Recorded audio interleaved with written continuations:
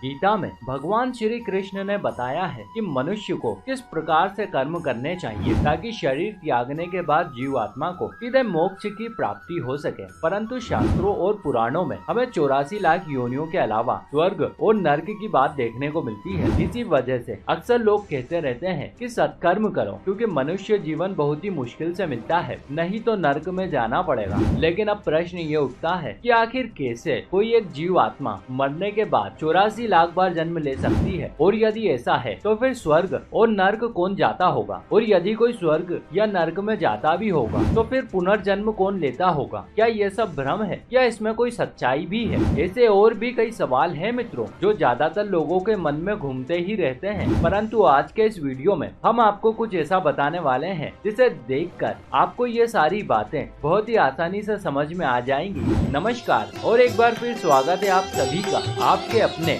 Video कलश YouTube channel पर।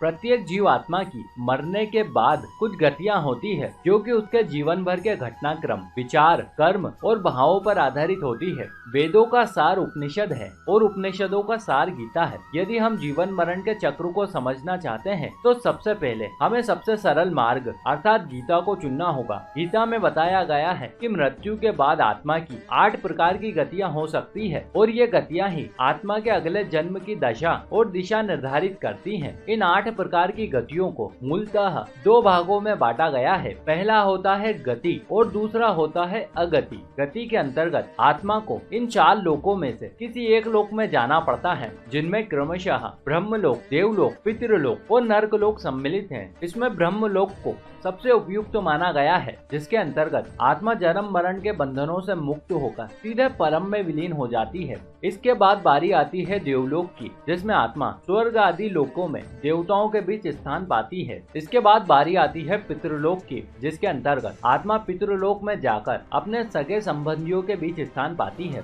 और सबसे अंत में बारी आती है नर्कलोक की, जिसमें पाप आत्मा को अपने कुकर्मों की सजा और यातनाएं भुगतनी पड़ती है और अनंत काल तक फिर उसे मनुष्य या कोई भी अन्य योनि में जन्म नहीं मिलता है। शास्त्रों में हमें कुल 36 प्रकार के नरकों का उल्लेख मिलता है, जो किसी भी मनुष्य की कल्पना से कहीं ज्यादा भयावह है। इसी प्रकार से यदि हम अगति की बात करें तो अगति में आत्मा को मोक्ष नहीं मिलता है और उसे फिर से जन्म लेना पड़ता है। और ये जन्म भी 4 प्रकार के होते हैं, जिनमें क्षीणोदर्क, भूमोदर्क, अगति और दुर्गति सम्मिलित है। यदि हम क्षीणोदर्क की बात करें तो जीवात्मा पुनः पुण्य आत्मा के रूप में मृत्यु लोक में आती है और बिना भोग विलास अर्थात साधु संतों के समान जीवन जीती है। इसके बाद बारी आती है भूमोदर्क की, जिसमें जीव आत्मा को सुखी और ऐश्वर्यशाली जीवन जीने को मिलता है। इसके बाद बारी आती है अगति की, जिसमें जीव आत्मा पशु योनि में चली जाती है। और सबसे अंत में बारी आती है दुर्गति की, जिसके अनुसार जीव आत्मा को कीड़े मकोड़े का जीवन मिलता है। अंततः यदि हम संक्षिप्त में इस बात को कहें तो शरीर त्यागने के पश्चात किसी भी जीव आत्मा के पास केवल 2 ही विकल्प होते हैं, जिसमें पहला विकल्प होता है गति का, जिसके अंतर्गत जीव आत्मा पृथ्वी लोक को छोड़कर अन्य लोकों में गमन करती है।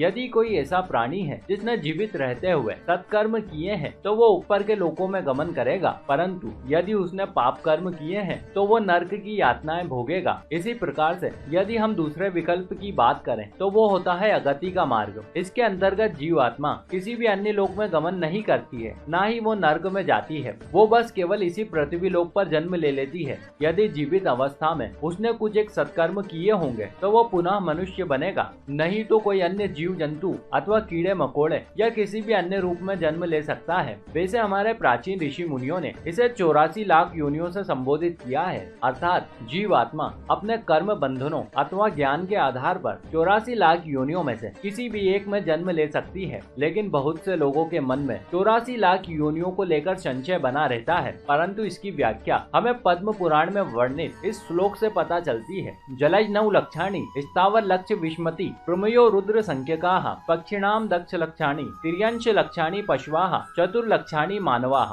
अर्थात जलचर 9 लाख, स्थावर 20 लाख, सरीसृप 11 लाख, नभचर 10 लाख, थलचर 30 लाख और शेष 4 लाख मानवी नस्ल के, कुल मिलाकर 84 लाख। वैसे ब्रिटिश वैज्ञानिक रॉबर्ट एम्स मे ने दुनिया में 87 लाख प्रजातियां होने की पुष्टि की है। यदि तुलनात्मक रूप से देखा जाए तो इन दोनों संख्याओं में थोड़ा बहुत अंतर जरूर है, परंतु इसमें विचारणीय तथ्य ये है कि हमारे देश के महान ऋषि मुनियों ने ये खोजें आज से हजारों साल पहले ही बिना किसी आधुनिक संसाधनों के माध्यम से केवल अपने आध्यात्मिक ज्ञान के आधार पर ही कर ली थी। साथ ही साथ उन्होंने इसी क्रम विकास से प्रेरित होकर 84 प्रकार के योग आसनों के सूत्र भी खोज निकाले थे, जबकि आधुनिक विज्ञान को इस गणना को पूरा करने में हजारों साल लग गए थे और शायद अब योग जैसा पेचीदा विज्ञान को समझने में उन्हें लाखों साल भी लग सकते हैं। तो दोस्तों, इस प्रकार से ये कथा यहीं समाप्त होती है। हम उम्मीद करते हैं कि आपको ये जानकारी जरूर अच्छी लगी होगी। इस संबंध में यदि आपके मन में भी कुछ एक सकारात्मक विचार हैं, तो नीचे दिए गए कमेंट बॉक्स के माध्यम से आप हमें जरूर बताइएगा। देखते रहिए वीडियो कॉलेज यूट्यूब चैनल। आप सभी मित्रों का बहुत बहुत धन्यवाद।